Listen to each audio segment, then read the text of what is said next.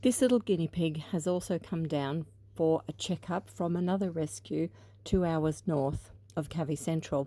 The description I was given was that he was racing around uncontrollably, crashing into things. He had come in to their rescue with severe mite infestation with hair loss, and he was recovering from that, but he seemed to crash and thrash around. He's not really putting weight on that rear right foot. He's not, he is lopsided.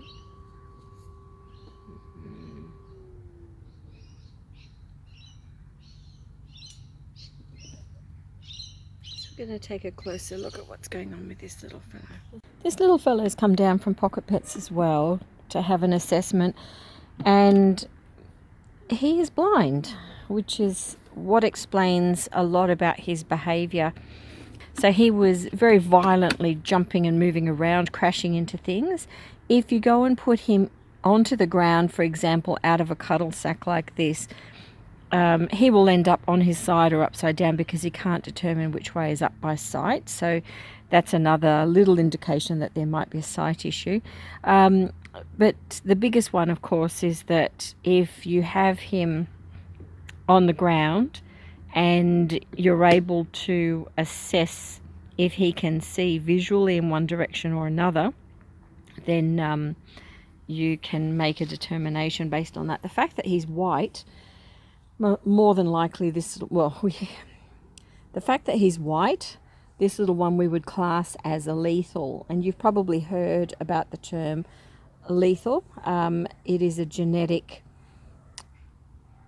mutation that is caused in some guinea pigs, which causes them to have deformities. Some of those deformities can be really substantial, and others can be livable. So in this instance, while he's blind, he can certainly eat and forage and find food within his cage. The sort of cage that we would look at for him is one where he hasn't got too many friends, in the sense that we want to make sure he's not bullied in any way. If you look at his ears, he's had little nips in the past where someone has done that to him, but he's now apparently in a small group and he's quite happy in that group.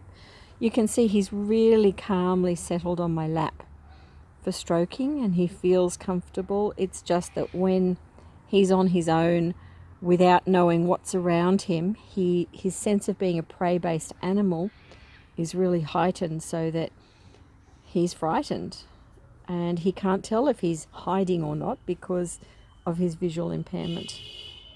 You're a gorgeous boy. Has he got a name? Not yet. Not yet, no. Scuttle. Sorry. Scuttle. Scuttle hasn't got a leg injury either, so we've checked that over. When he is picked up or touched, you do feel a little vibration. That's actually fear. So he's not doing that right now, but certainly when he's on the ground, if you go to pick him up, his instant reaction is one of fear, because he's frightened and worried if whatever's going to touch him or grab him will hurt him. He's a sweet little boy. And so if you'd like to find out more about Scuttle and how you can adopt him, just drop a note down below and we'll put you in touch. Okay, cheerio for now. All the symptoms that the rescue was seeing were symptomatic of his loss of vision. So once I explained, this little piggy had very minimal sight, in fact is virtually blind, you can understand why his movements are and his behaviour is the way it is.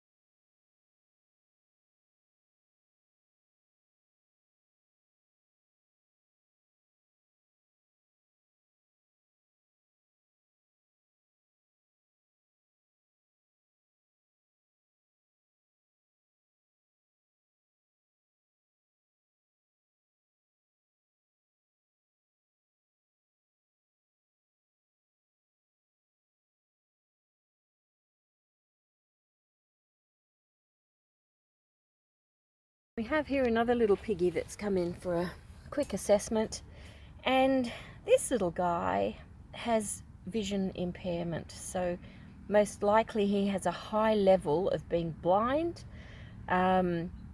We've yet to discern whether he can make out light and dark, but certainly his behaviour has been really erratic. He's been crashing into things, he's been difficult to pick up for the rescue that he's been at, and yeah, so he's come here to Cavy Central so we can just determine what's going on. I don't think that worked out well.